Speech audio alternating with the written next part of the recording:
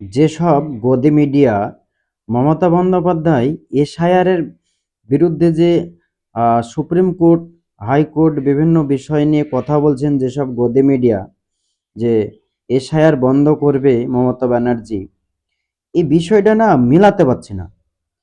সাধারণ মানুষের হয়রানি দীর্ঘ ৩ মাস ধরে চলে আসছে, তখন কোথাও দেখলাম না এসআইআরের বিরুদ্ধে সুপ্রিম কোর্ট, হাইকোর্ট, বিভিন্ন কোর্ট চত্বরে আমাদের মুখ্যমন্ত্রী মমতা বন্দ্যোপাধ্যায়কে।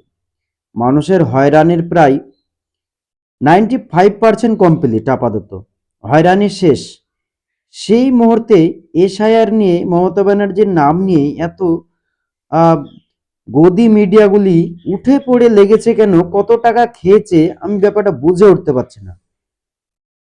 মোবাইল খুললেই শুধু মমতা ব্যানার্জি এসআইআর বন্ধের দাবিতে সুপ্রিম কোর্ট, হাইকোর্ট, বিভিন্ন কোর্ট চত্বরে ঘুরে বেড়াচ্ছেন, এইসব বলছেন।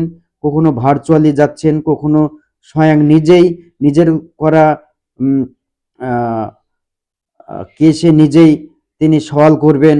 এই যে বিষয়গুলি না আমি মেলাতে পারছি না, এটা নাটক। এসব নাটকগুলি না করে সহজ সরল সাধারণ মানুষগুলিকে বিভ্রান্তি করে লাভ কি? অনেক সহজ সরল মানুষ আছে, সেগুলি কিন্তু বুঝে যাবে, কিন্তু বিষয়টাই সম্পূর্ণই আলাদা। আমাদের মুখ্যমন্ত্রী যেসব কাজগুলি করে সেগুলি সবই ধোঁকাবাজি। যেমন বৃদ্ধদের জন্য ১,০০০ করে ভাতা, সেই বামফ্রন্ট সময়কাল থেকে এখন পর্যন্ত আছে, তাদের কোনো অস্তিত্ব নেই, কিন্তু টাকাটার বেশিরভাগই প্রয়োজন বৃদ্ধদের, তাদের ওষুধ কিনতে হয়, এক রকমের বিষয়। দ্বিতীয় নম্বর বিষয় যে এসআইআর নিয়ে এখন তিনি নিজে যে সওয়াল করছেন, কিন্তু কয়েক হাজার কোটি টাকা ব্যয় করে কয়েকশো লয়ারকে তিনি ওই বিভিন্ন কেসের জন্য খরচ করেন, যেমন চাকরির দুর্নীতি, কয়লার দুর্নীতি, ভাইপোকে বাঁচানোর দুর্নীতি। সেই সময় তো নিজেই রাজ্যের আমাদের ট্যাক্সের টাকা, সেই টাকাগুলি বেঁচে যেত না, নিজে ল অ্যান্ড অর্ডার হয়ে নিজে যে গিয়ে সেখানে সওয়াল করতেন।